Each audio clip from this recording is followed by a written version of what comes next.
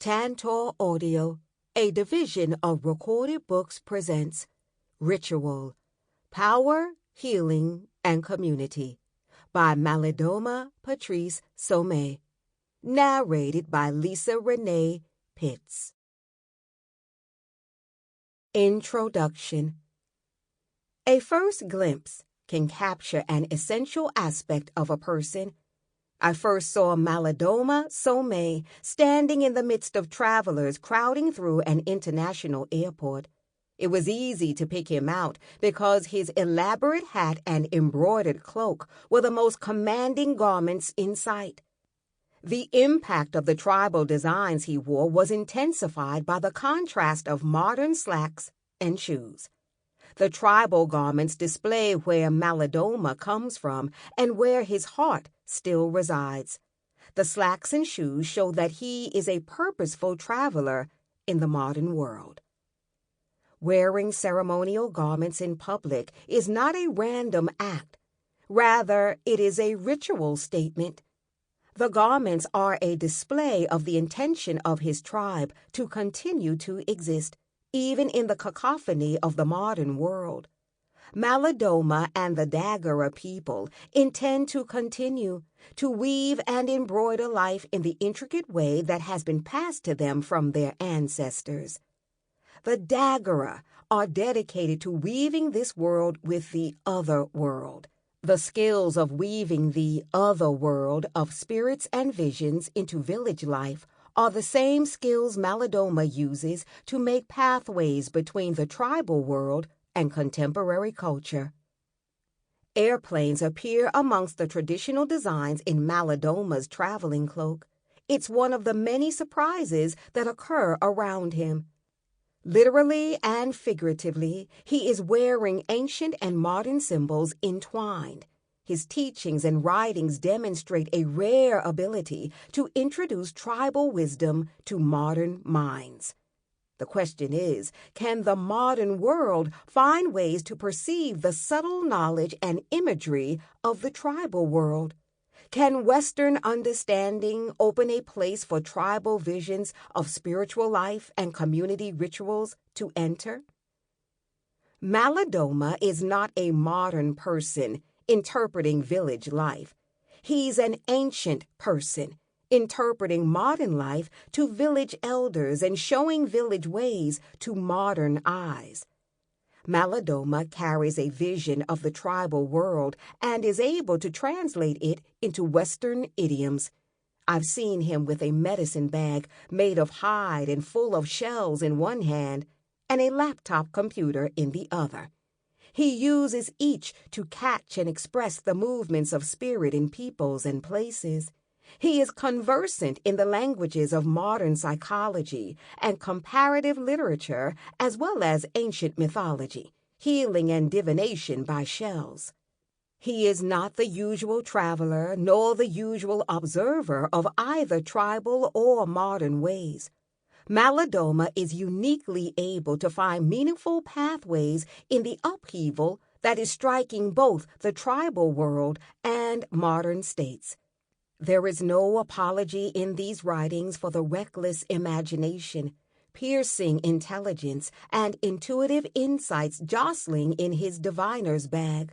There is no willingness to reduce the complexity and surprising nature of the old culture into forms that fit easily into Western beliefs and categories. In order to follow Malidoma into the tribal realm, it is necessary to encounter the world of ritual anew. In order to cross the threshold, it is necessary to forego the sense that all mysteries can be explained if there's enough time to develop an explanation. It requires letting go of the idea that the world could be known in its entirety if there were just enough electrical wires strung across it. The electricity here comes from invisible wires strung across thresholds into the other world of the ancestors. Looking through this threshold requires rediscovering the imagination that the West attributes only to children and madmen. In the beginning of this audiobook, A child wakes in the night, startled by a luminous goat studying the sleeping form of his sister. When his fright at this visitation awakens his father, the father sees the same image as the child. The visiting ghost, the visiting goat, is not reduced to a figment or fragment of the child's imagination. Parent and child both see the luminous visitor. The goat leaves a trail that leads through the whole tribe to death and the ancestors. The trouble caused by the goat begins a series of rituals that connect parent, child, grandparent, and ancestors. All wind up on the same path, attending to the threads of community that are threatened by the spirit in the goat. Everyone is tied one to another by a path of white ash. The rituals that relieve the trouble in the village open the doors to Malidoma's insights into healing in modern societies. Malidoma Some is uniquely qualified to find the thresholds between the worlds and hold the gates open. His training in the ancient world and learning in the modern world become a fire of focus because of his willingness to stand where the two collide. The stories within these audiobooks have the poignancy of new discoveries as well as the unworn imagination of the ancestors. The commentary has the sharp edge of modern thought and the intricacy which results from the intellect being woven through the ritual complexities of tribal life. The purpose of constructing thresholds that bring this world together is to find the powers that can heal the rends in tribal as well as modern communities. In Malidoma's piercing observation and ironic speech, you can hear echoes of ages of careful tribal observation. In his descriptions of ritual, you can see the shadows and light being played out on the fabric of a village that has maintained pathways to the most ancient sources of human knowledge. Going along this road requires effort, attention to details, and delight in the mysterious. Malidoma adds to that a great generosity of spirit and a willingness to lead the way.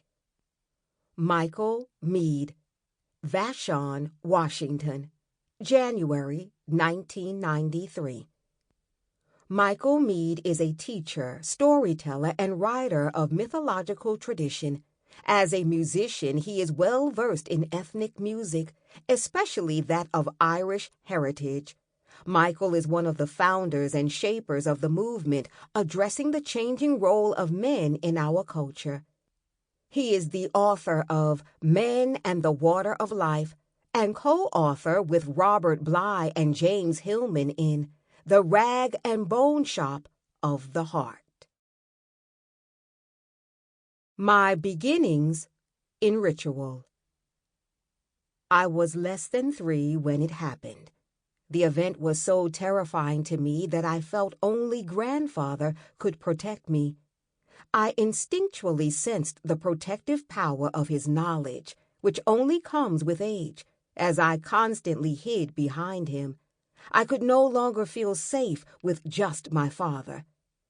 My father's dwelling was a typical village male's quarters, built with earth and finished with cow dung polish on the inside and outside. My father's house, unlike my mother's, was a 2-room building in the compound. The front room opened into the compound yard, a large open space for evening community gatherings. The back room served as a bedroom. On the other side of this open space were my mother's quarters. It was a large oval structure built with mud and wood with extensions on the side that looked like extra-large closets. This windowless wigwam-like lodging was always dark. My mother liked it that way. Every woman in the village liked her dwelling this way. Between these 2 poles, my father's quarters and my mother's quarters, there was a wall on one side of the open space that linked the 2 areas together. The wall ended at my father's quarters with a roofless bath and urination. Sample complete. Ready to continue?